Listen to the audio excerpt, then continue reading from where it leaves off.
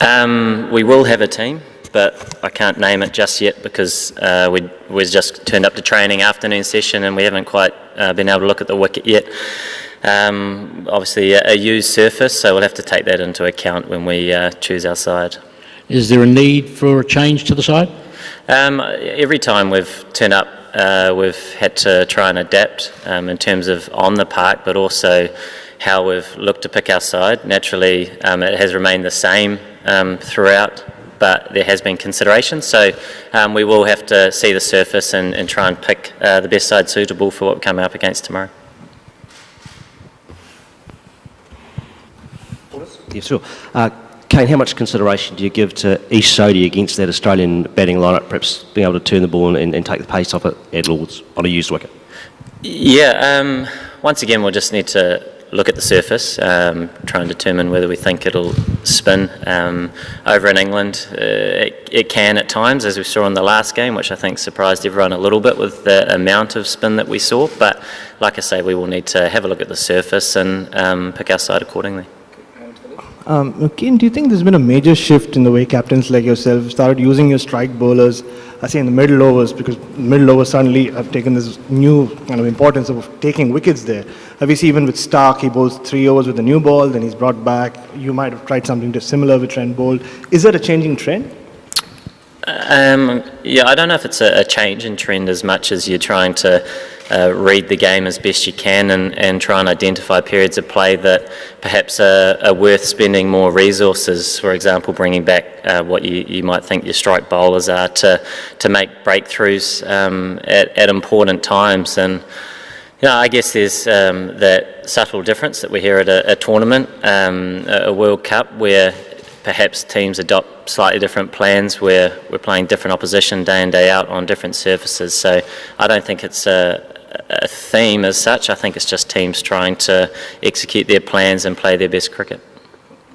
Kane, who do you see as the key wickets in this Aussie batting lineup? Yeah, look, they've got a very strong top order. They've been playing really well as well, the Aussie side as a whole. So, naturally you're targeting anyone that's at the crease, basically, and that's what we'll be looking to do tomorrow. But we know that every time we play against Australia, they're a very strong challenge. But yeah, it's. I think the most important thing is adapting to the conditions. Sometimes I think we've seen in the last few games that looking to blast teams out, perhaps with the use of seam movement and these sorts of things, it hasn't quite been there, and it's been about playing the long game a little bit. So we haven't played at Lords yet, and we'll just have to assess those conditions. Kane, it's going to be 32 degrees tomorrow and feel like 35 or something like that. When you've come from the cool of Edgbaston into this, how much does preparation change at all? And then, this might seem weird, but do drinks breaks take on extra importance? Yeah, naturally with the warmer weather, you're going to hopefully get a few more drinks on board and deal with maybe the loss of fluid a little bit more than perhaps playing in 12 degrees. But I guess most teams around the world have played enough in warmer conditions around subcontinental different parts of New Zealand and Australia as well. So it's just one of those things. Kane, there's been a lot of focus on the lineup in the wake of the Pakistan game. In terms of that, what is more important for you? Is it stability and continuity, or is it picking the right team on the day?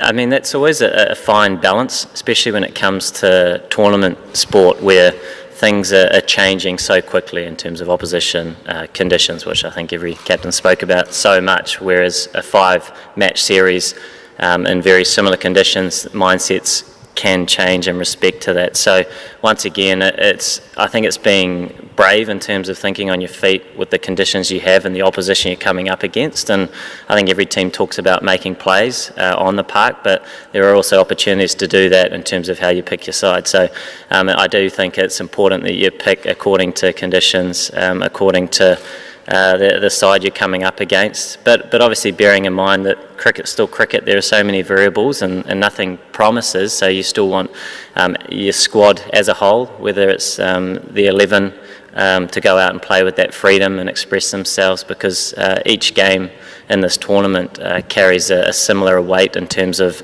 it's all worth 2 points, and everybody's playing for them. Kane, you made the final 4 years ago. You've got a semi-final spot locked up already, but it's always New Zealand that's flying under the radar. It's always India, Australia, England that are mentioned first. How do you feel about that? Do you feel as though you deserve more respect? I don't think I have a say in any of that, to be fair. It's just, for us, it's just focusing on the cricket that we want to play and try and stick to that to give ourselves the best chance. In terms of the outside, I guess, opinions or pieces that are written, that's not really for us to control. But there are some very strong sides, some highly ranked sides in this tournament that the likes of Australia and India and England and all these perhaps sides that have come into the tournament as favourites, and rightly so. They've been playing really good cricket. But as we know, and every side does, that when you come to a World Cup or any tournament for that matter, that on the day anybody can beat anybody, and we've seen that on different occasions already in this tournament. How much of a disadvantage is it to you that Australia have played on the pitch? They've been settled here in London. You haven't had experience on the pitch, and you've only just arrived in London. Yeah, I mean, it's kind of hard to say, really. The conditions will be a little bit different to perhaps what they experienced the other day, and it's also one of those things you can't control, so not worrying about it's probably the more important thing. So for us, it's once again trying to adapt as quickly as possible and stick to the sort of cricket that we want to play to give ourselves the best chance. Okay, England are obviously in a bit of a funk after losing a few games, and the run-in with arguably the three toughest tests to come in the last three. Obviously, yourself, you've got England final and Australia tomorrow. I mean, have you got any sort of extra stress given that Pakistan are surging and the table at the top is a little bit tighter than perhaps it might have been looking a week ago?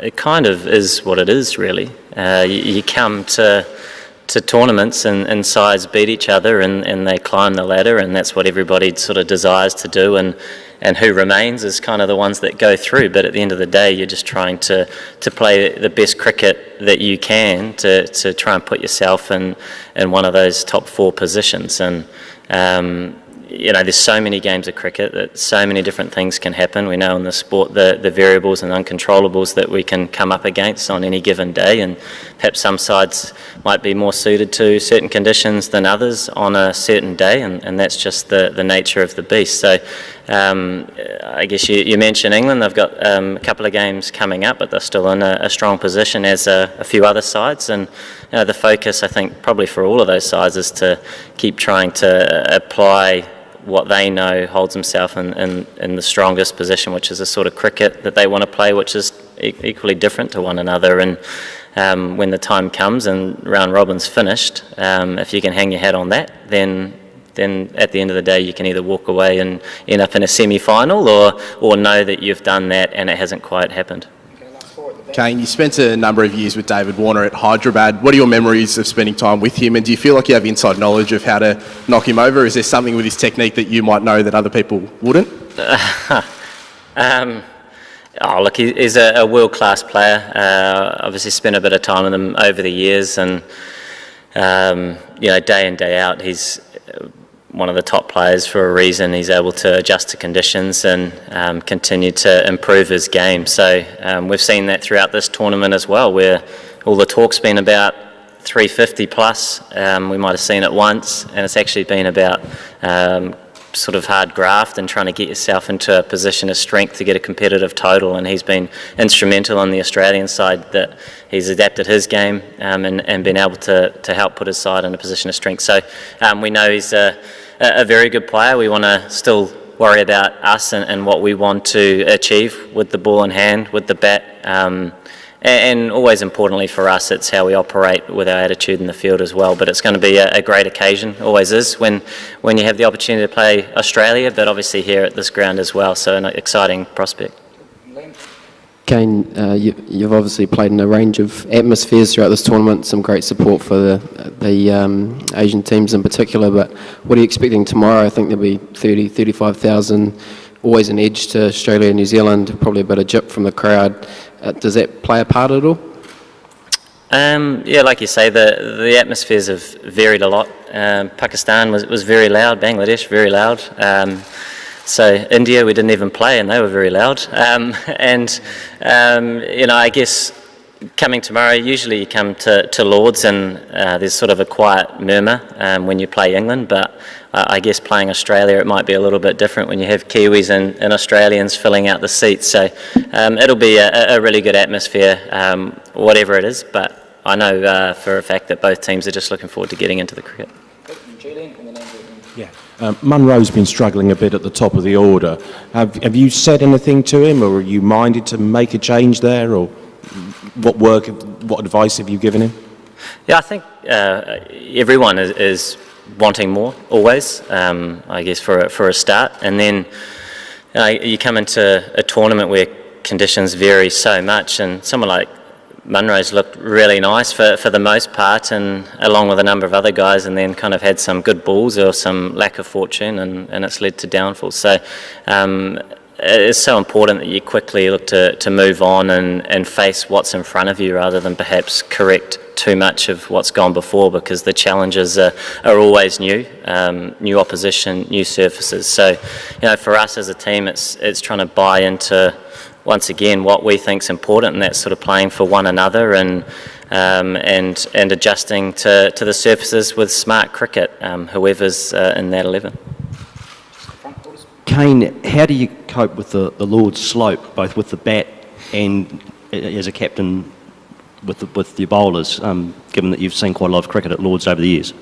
Yeah, it's definitely unique to Lords, and bowlers that have played here do have a preference, and whether they like to perhaps bring the ball down the slope or maybe get a little bit more bounce up it on the angle. But it is unique and something that you do have to adjust your game to deal with. But also spinners come into play as well, because if it's down the slope, it naturally carries a little bit more with that angle. So something different, something for guys that haven't played here before to get their head around, and I guess just another part of adapting your game to what you're facing. Yeah, with the bat, I guess it's just on the other side of that coin, which is perhaps the right arm seamer coming down the slope's going to just bring it in a little bit more. So it is different, but it is just about trying to adapt and being aware of that.